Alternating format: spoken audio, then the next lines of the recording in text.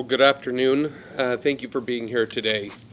I'm Ryan Head, the Director of the Ada County Highway District.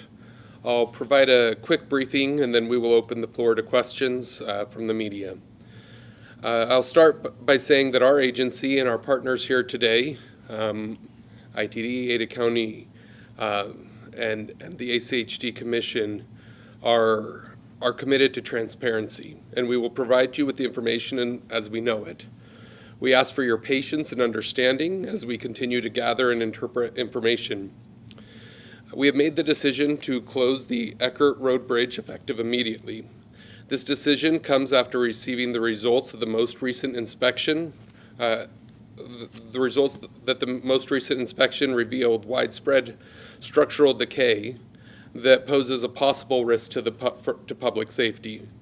This inspection was completed by Burgess and Neipel, an external consultant of the Idaho Transportation Department.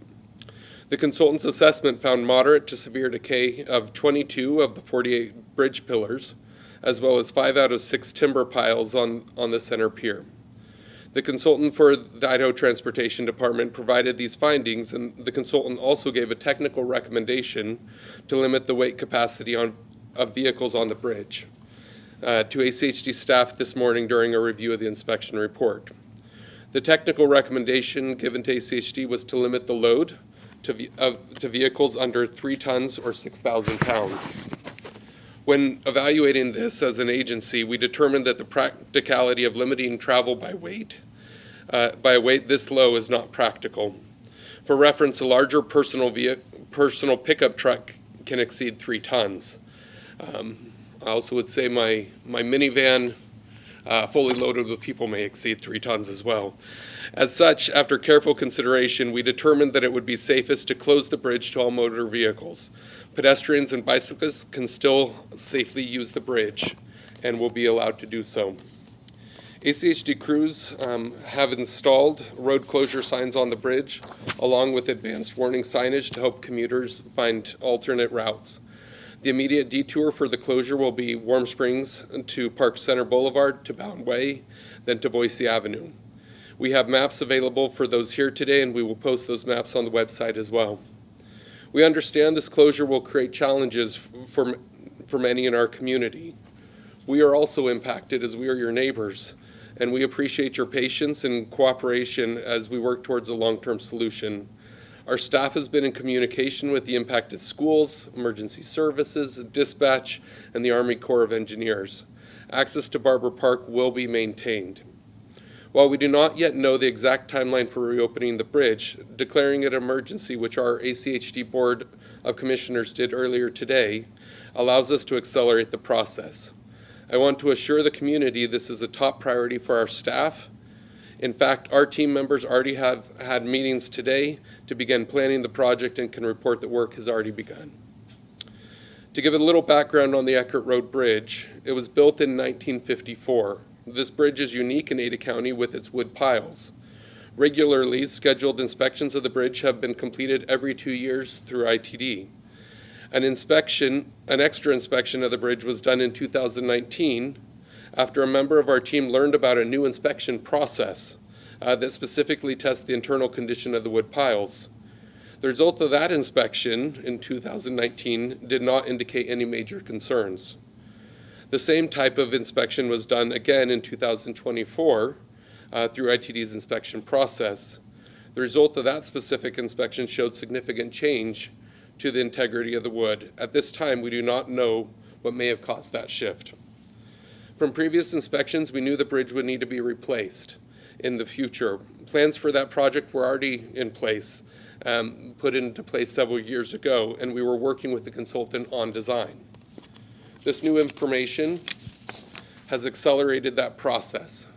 We consider this discovery in advance of a catastrophic event a success in the inspection process. I want to thank the Idaho Transportation Department as well as ACHD engineers and project team for their work to make this determination and the work that we'll continue to do together to find the best path forward. Again, we are committed to transparency and keeping the public informed as we move forward. A web page has been added to our site where inspection reports, recordings, and updates will be posted as they become available. You will be able to find those and subscribe for updates at achdioto.org/Eckert Bridge. In closing, I will reiterate the safety of the public is our top priority. We are taking every possible measure to address the situation as swiftly and efficiently as possible. We appreciate your understanding and support as we work to ensure a safe and reliable bridge for the future. Thank you, and I'll now take any questions you may have. Yes, sir. I'm just kind of curious how it got so bad so fast. During the meeting earlier today, you expected it 2 years ago, you expected it 5 years ago. And how did it get to this level, seemingly at your surprise? That is the question we are trying to answer. You could repeat the question so everyone. Yes, the question was, how did it get to this level so quickly from our previous evaluations? We don't know. We don't know the answer at this time. All we know is what the results are showing us today, which led us to make the determination that was done. Yes? With those plans already in place to rebuild the bridge, how long were those, like, tentatively looking? Like a year, 2 years, a couple months? Kind of how long is the outlook?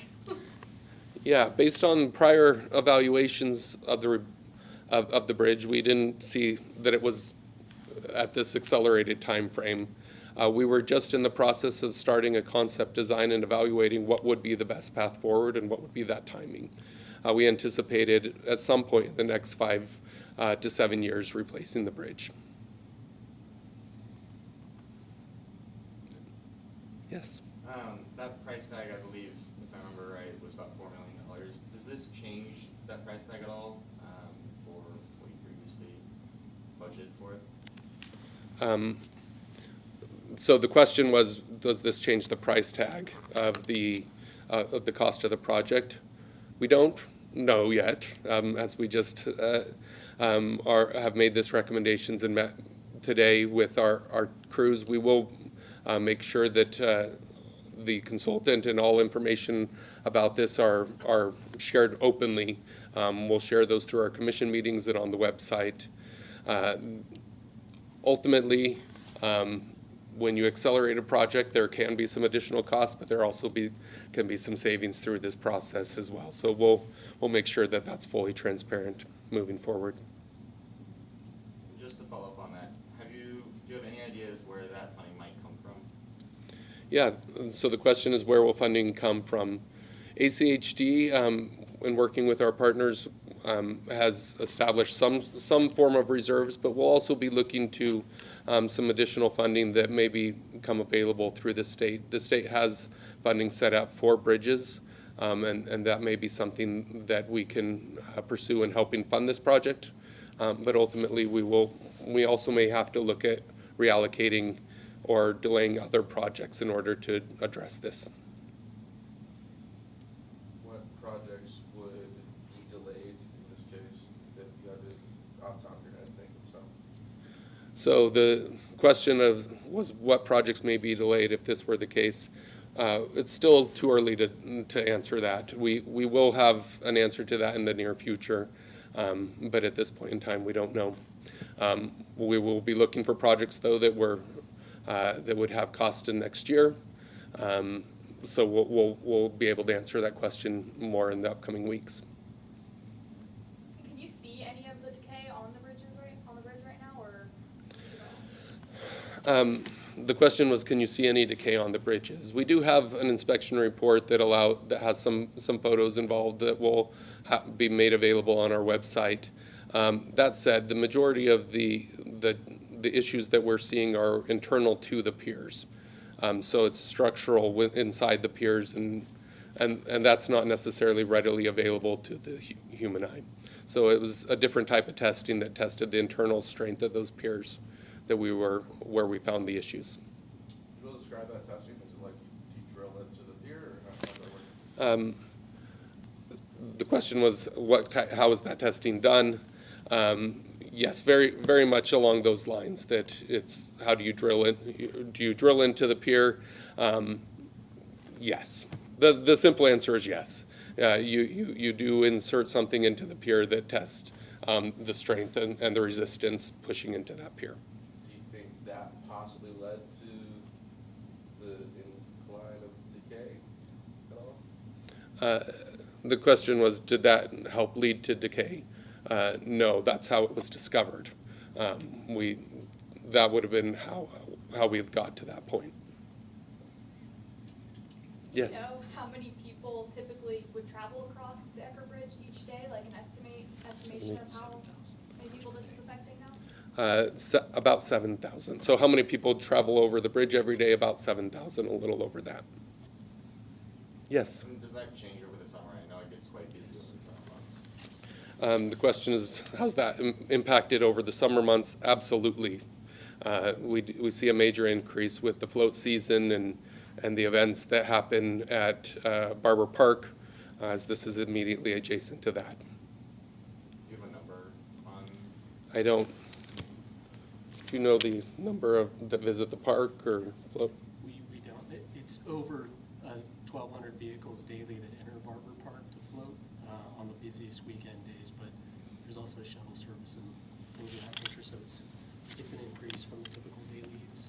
So, yeah, the answer was that they may see an increase of about 1,200 into the park of vehicles. Further questions? So what are you kind of advising to those residents at that time who do use that bridge? Just to confirm, you said they can walk on it, but just no vehicles. And I guess, what is your kind of message to the residents in that area as far as using like their cars to kind of divert from that area, but also just walking on that bridge? So the question is, what's the message to those in that area? First and foremost, thank you for your patience. We feel it as well, and we know that this is impactful to you. We ask for your patience and cooperation with the detour, with the detour routing. It is safe to cross by walking or on foot, but we ask that you avoid going around any closures or detours, and to allow us to work on this and expedite the process as quickly as we can to get it replaced. So it just seems like, Idaho, this might be kind of an unusual kind of closure to some people. Given that this bridge has been inspected, was there anything that was potentially missed in previous inspections that might have led to the urgency of this close? So the question was there anything missed in previous inspections? The answer at this point in time is no. We have done inspections as expected on an every 2-year basis. This is the same process ITD uses for all bridges throughout the state. It's ultimately, the inspection process is working, and we have results that came out that showed deterioration that was unexpected. And so we're acting according to that information that we have. Yes. Another question. So I know there's been some discussion between the intersection between Boise Avenue and Eckert.